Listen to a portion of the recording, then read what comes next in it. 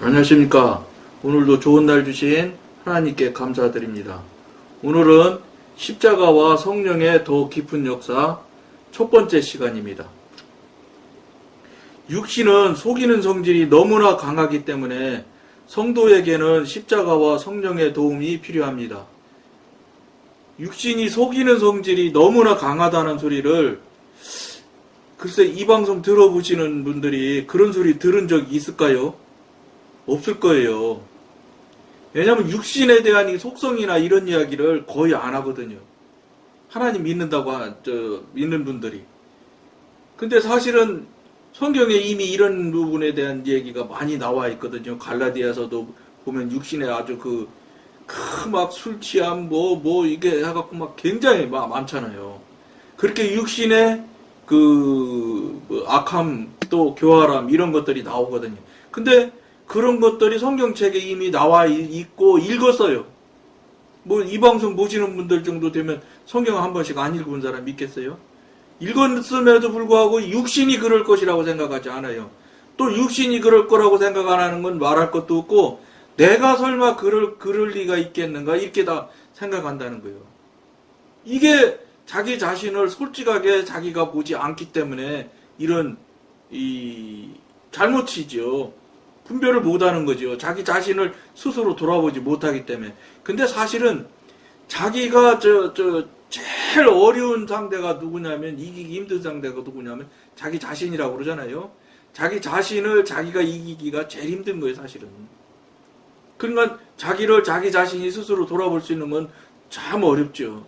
그런 정도가 되어져야 자기가 자기를 돌아보게 되고 돌아봄을 통해서 깨달음을 통해서 회개가 나오고 이렇게 돼야 되는데 이게 사실은 이게 말은 그렇지만 쉽지 않거든요. 그러니까 이제 오늘 나누는 글의 내용이 육신이 이렇게 육신의 성질이 속이는 성질이 이렇게 강하다는 것을 이야기하고 있는 거예요. 이건 성경에 이미 육신의 속성에 나와 있는데 이 방송을 보는 분들이 나는 아닐 거야 하는 것의 문제라는 거예요. 그러니까 한번 이것도 이제 육신에 대한 이야기를 나누는 거니까 쭉 한번 들어보시도록 한번 하시면 좋을 것 같습니다.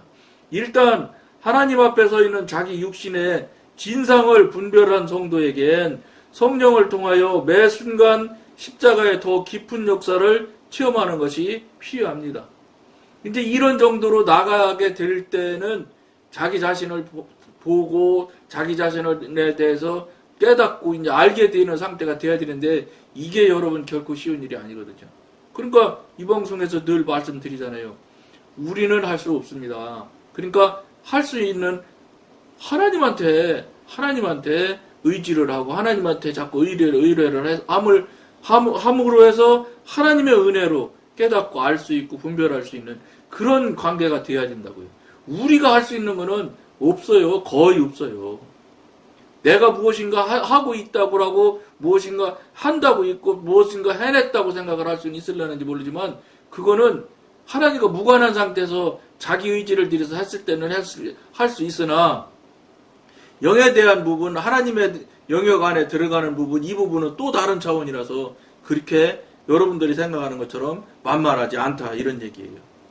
그리스도인은 십자가로 말미암아 육신의 죄에서 해방되어야 하는 것처럼 이제 같은 십자가로 말미암아 육신의 의로부터 해방되어야 합니다. 육신의 의라는 건 뭐냐면 자기가 그동안 해왔고 경험했고 자기가 알고 있는 지식, 자기가 알고 있는 상식, 신학적인 지식까지 포함해서 그것대로 살아왔고 그렇게 해왔던 일들을 지금 가리키는 거예요. 이게 육신의 의라는 거예요. 그로부터 해방해야 된다는 거예요. 해방되어야 한다는 거예요. 그리스도인이 성령 안에서 행함으로 육신을 따라 죄를 짓지 않는 것처럼 성령 안에서 행함으로 육신을 따라 죄를 짓지 않는 것처럼 역시 성령 안에서 행함으로 육신을 따라 자기 의에 이르지 않게 됩니다. 그러니까 성령 안에서 육신의 죄를 안 따르게 되면은 당연히 자기 의에는 더군다나 안 가죠. 왜냐하면 육신을 따르는 게 먼저 시작점이거든요. 거기서 진행이 되어져야 그 다음에 자기 의로 따라가고 자기 자아중심적인 쪽으로 쭉 가게 되거든요. 그게 이제 육신에 흘러 들어가는 모양이라고 말할 수 있거든요. 그러니까 육신을 따라서 가지 않으면 그쪽으로 더 들어가지 않게 되는 거예요. 그러니까 육신을 첫 번째 초입해서 들어가지 않아야 되는데 이게 할 수 있느냐? 못한다 이 말이에요. 성령님한테 붙잡힘을 받고 성령님한테 의지하고 성령님의 이끄심을 따라가려고 따라가는 관계, 따라가는 상태가 되면 그거를 이게 죄로 빠지는 것을 우리가 알게 돼요. 왜냐? 영의 사람, 하나님의 사람 영역으로 들어가기 시작하면 분별이 생겨나거든요. 죽었던 양심이 다시 살아나거든요. 그 다음 영교가 살아나게 되고 직관이 나중에 살아나서 영적 성장 성숙이 되어지면 이제 직관까지 이제 능숙하게 되게 되면 그때는 하나님과 관계가 되기 시작하기 때문에 하나님의 영이신 성령님께서 그냥 안 있기 때문에 죄로 들어가기가 그렇게 만만치 쉽지 않아요. 그럼에도 불구하고 순간에 꼴딱꼴딱 넘어가서 죄를 짓는 경우는 허다하게 생깁니다. 그러나 의지를 그쪽으로 막 들여가지고 진짜 죄 속으로 깊이 들어가는 일이 있느냐, 그런 거는 상당히 줄어듭니다. 이게 그러니까 영의 사람, 하나님의 사람이 되어야지 되는 거예요. 그러면 당연히 죄와 멀어지게 되고, 죄와 멀어지게 되면 이제 그보다 먼저 분별이 돼야 되겠지요. 먼저 죄가 죄인 것을 알게 되고 죄가 하지 말아야 될 것인 것을 알게 되고 이렇게 하게 되면 자연히 그게 멀어지기 시작해. 근데 지금 살아가는 현대인들이 살아가는 사람들이 자기가 생각할 때 죄가 아니라는 것만 죄인 줄 알지만 그렇지가 않다는 거예요. 죄가 아니라고 생각하는 것도 죄라는 거예요, 지금. 그걸 지금 이야기를 계속 나누고 있는 거예요. 육신이 살아가는 모습이, 육신의 것은 다 육신이고 육신에서 나오는 건 뭐 어떤 것이든 죄라고 지금 이야기하잖아요. 앞에 방송에서 이미 얘기했지만 설교를 하고 있는 육신이나 기도를 하고 있는 육신이나 헌금을 드리고 있는 육신이나 또 선한 일을 행하고 있는 육신이나 다 육신은 육신이다 이렇게 얘기하잖아요. 그리고 육신은 제 아무리 별짓을 한다 해도 육신이기 때문에 이미 로마서에 육신은 육신이라고 나왔고 육신은 죄예요. 육신은 사단의 영역 안에 들어있는 거예요. 이거를 우리가 알지 못하면 지금까지 잘 살아왔는데 다른 사람이 나보고 훌륭하게 신령한 신앙생활 하는 사람이라고 하고 말하고 있는데 무슨 소리야. 여기에 멈춰 있으면 그 다음에 못 넘어가는 거예요. 그냥 그 삶대로 그 살아왔던 대로 그 모양대로 다 똑같이 다 같이 살아가는 모양대로 그냥 살아가는 거예요. 절대 다수가 그렇게 하고 있으니까. 근데 이게 맞느냐? 안 맞다 이 얘기예요. 이 방송에서 지금 이야기하는 건. 그렇게 살면 지옥 갑니다. 이 얘기를 지금 이 방송에서 계속 하고 있는 거예요. 성령께서는 십자가의 원칙을 하나씩 가르쳐 주시고 적용해 주십니다. 이게 이제 성령님께서 이끌어 주실 때 이야기란 말이에요. 믿음으로 순종하는 성도는 십자가가 자신을 위해서 이루어 놓은 일들을 계속해서 더욱 깊이 경험하도록 인도를 받게 됩니다. 이제 영의 사람이 돼서 자꾸 한 칸 한 칸 들어가게 되면 이렇게 된다는 것이죠. 십자가는 객관적으로 아무것도 더 부과될 수 없는 완성된 절대적 사실입니다. 그러나 주관적으로 볼 때 그것은 끊임없는 점진적 체험으로서 성도의 삶에 점점 더 깊이 침투해 들어오는 것입니다. 이게 이제 영의 영역에 들어가게 되면은 십자가의 능력이나 십자가의 은혜가 자꾸 안으로 들어온다 이 말이에요. 독자는 지금쯤 자신이 주 예수님과 십자가에 못 박혔다는 사실이 함축하고 있는 의미에 대해 더 많은 것을 알게 되었을 것입니다. 그러니까 십자가에 못 박혔다는 소리가 그냥 통상적인 교인들 정도 생각에서는 어떤 거냐, 내가 죄사함 받았다, 구속받았다는 그 증거로만 생각하려고 할 뿐이에요. 근데 그건 맞아도 사실은 정말로 죄사함 받은 거 맞으십니까? 이렇게 물으면 대답 못하죠. 그러니까 거듭남의 비밀 이 구원파 그 사람들이 언제 죄사함 받았습니까? 막 날짜 대라고 그러면 꼼짝 못하고 기성 교인들이 당하잖아요.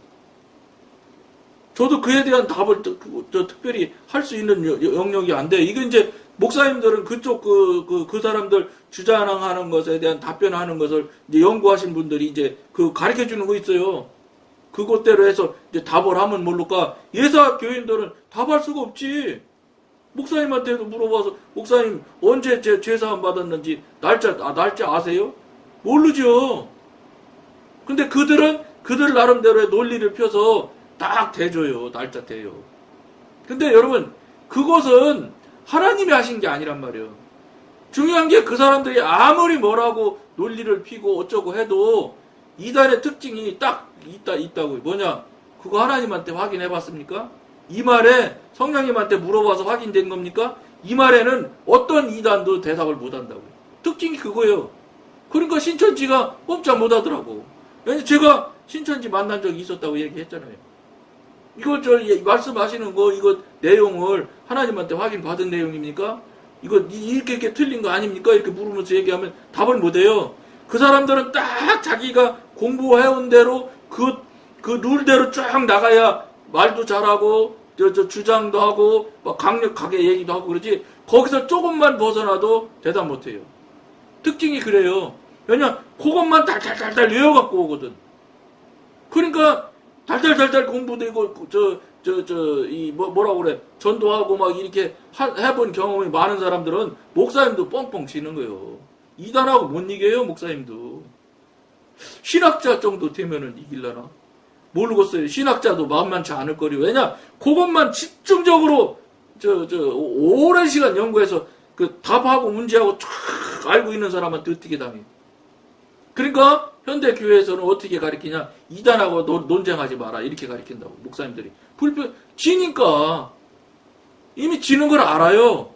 또 져요. 그런데 모르겠어요. 저는 그런 거 듣고 보고 배운 건 아닌데 그 사람들을 경험해 보니까 이거 하나님한테 성령님한테 확인하고 물어봤습니까? 이 말에는 꼼짝 못 합니다. 그건 그 사람들도 똑같아요. 여호와 증인도 뭐 하나님 믿는지는 모르겠는데 그 사람들도 뭐 어쩌고 저쩌고 하지만 하나님한테 성령님한테 확인했습니까? 성령님과 지금 교통하고 교제하고 있습니까? 성령님이 지금 뭐라고 말하고 있습니까? 어떻게 말씀하셨습니까? 이 일에 대해서 어떻게 평가하십니까? 대답 못하죠. 왜냐 그거는 그 책이 안 나오거든. 그 사람들 가르치는 내용 중에. 모르겠어. 저는 뭐 여호와 증인이랑 대화한 내용도 일도 없지만 보통 이단들이 다 논리에서 그럴듯한 상식, 그럴듯한 인간적인 영역 안에서 연구해오는 것이거든요. 그렇기 때문에 성령님을 딱 들이대면 꼼짝 못하는 거예요. 왜냐면 그걸 거짓말 하려면 몰라도 근데 이쪽에서 영의 사람이라면 그쪽에서 거짓말하는 금방 알거든요. 금방 알 수 있어요. 그러니까 저들이 먼저 알아요. 물러가요. 안 되겠네 그러고 가요. 안 되겠네 하고 가는 경우도 내가 봤으니까. 그러니까 못 오게 하고 막 이러면 더 덤벼들지만 문 열어줘 가면서 들으라고 하면서 커피 한 잔 먹고 가라고 그러면 오히려 무서워서 돌돌 또 긴장해요 그 사람들. 아 그러세요? 들어오세요. 들어와서 커피 한 잔 하고 가세요. 내가 한 번 한 적이 있거든요. 기장을 탁 하더라고. 한번 말씀해보라고 말을 잘 못하더라고. 눈치를 살살 보다가 그만 갑시다 그러고 가더라고. 여러분 자꾸 밀고 막 이러니까 막 자기 논리를 피고 막 어쩌고 저쩌고 해가면서 자기가 맞다고 주장을 하는 거지.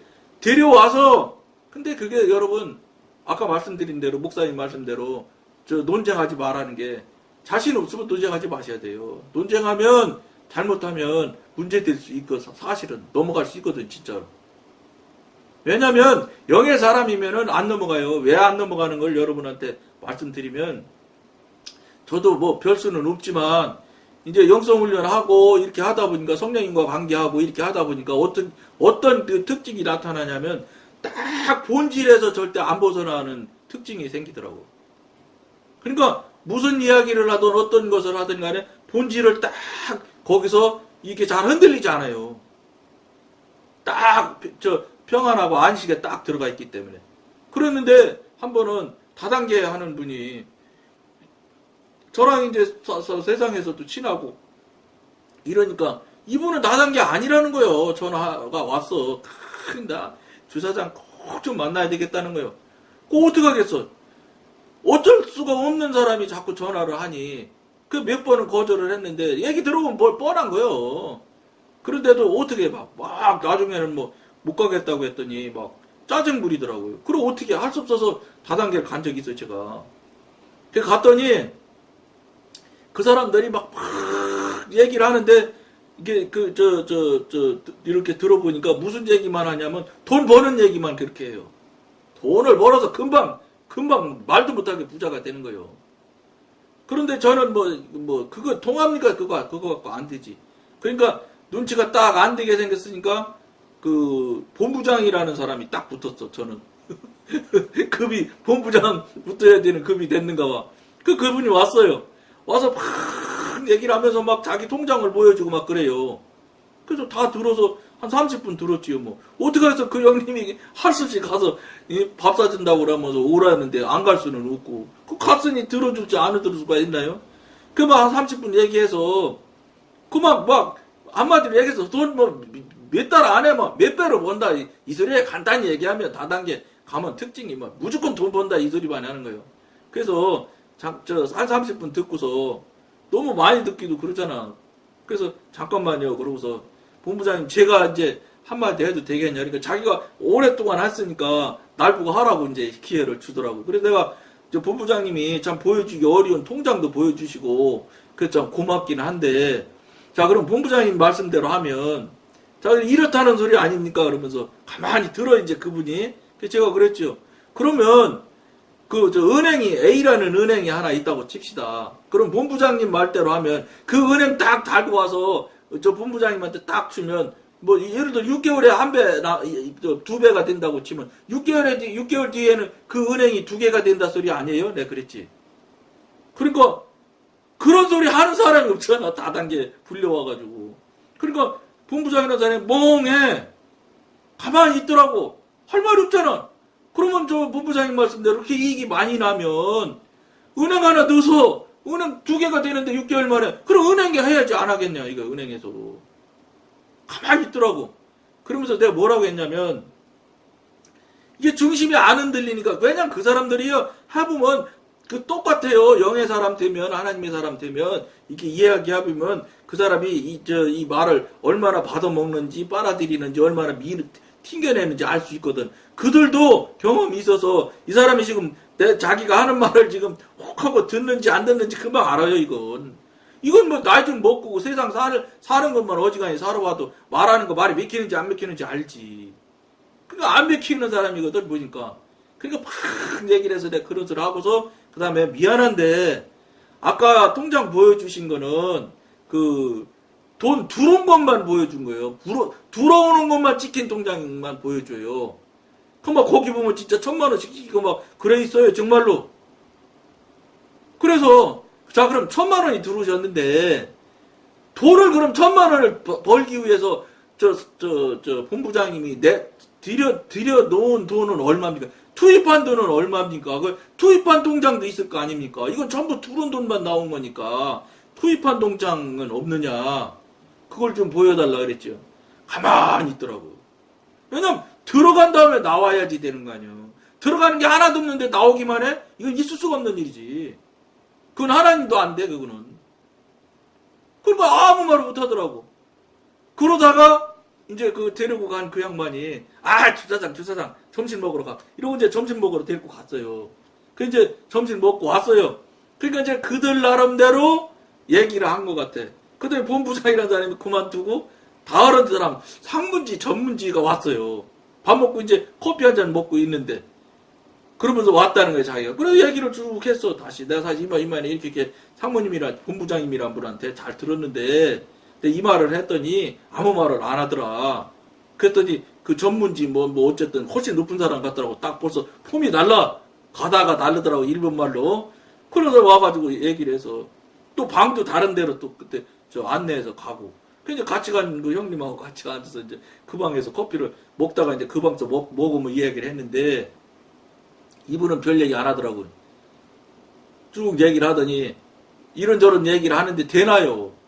중심이 안 흔들리는 거예요. 바라보는 관점, 생각하는 관점이 흔들리질 않으니까 먹히질 않아요. 그러니까 이 사람이 몇 마디 얘기해보더니 내가 그랬죠. 어떻게 전무님인지 뭔지 내가 기억에 그런데 어쨌든 훨씬 높은 사람이야. 그 사람 보고 그랬어요. 통장 똑같이 받은 통장 있으시겠지만 넣은 통장을 보여줄 수 있겠습니까? 이렇게 얘기를 했죠. 그랬더니 가만히 있더니 결단을 하더라고요. 이렇게 놔주는 거지.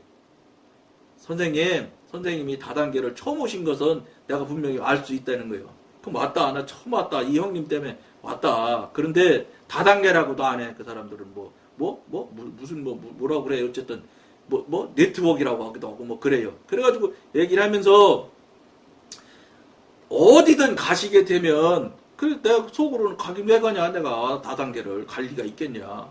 그러면서 어디를 가시든 간에 다단계 가서는 들어온 통장은 보여주지만 입금한 통장은 보여달라고 하는 게 아니래. 예의상 보여달라고 하면 안 되는 거라는 거예요. 그래서 내가 웃으면서 그랬지.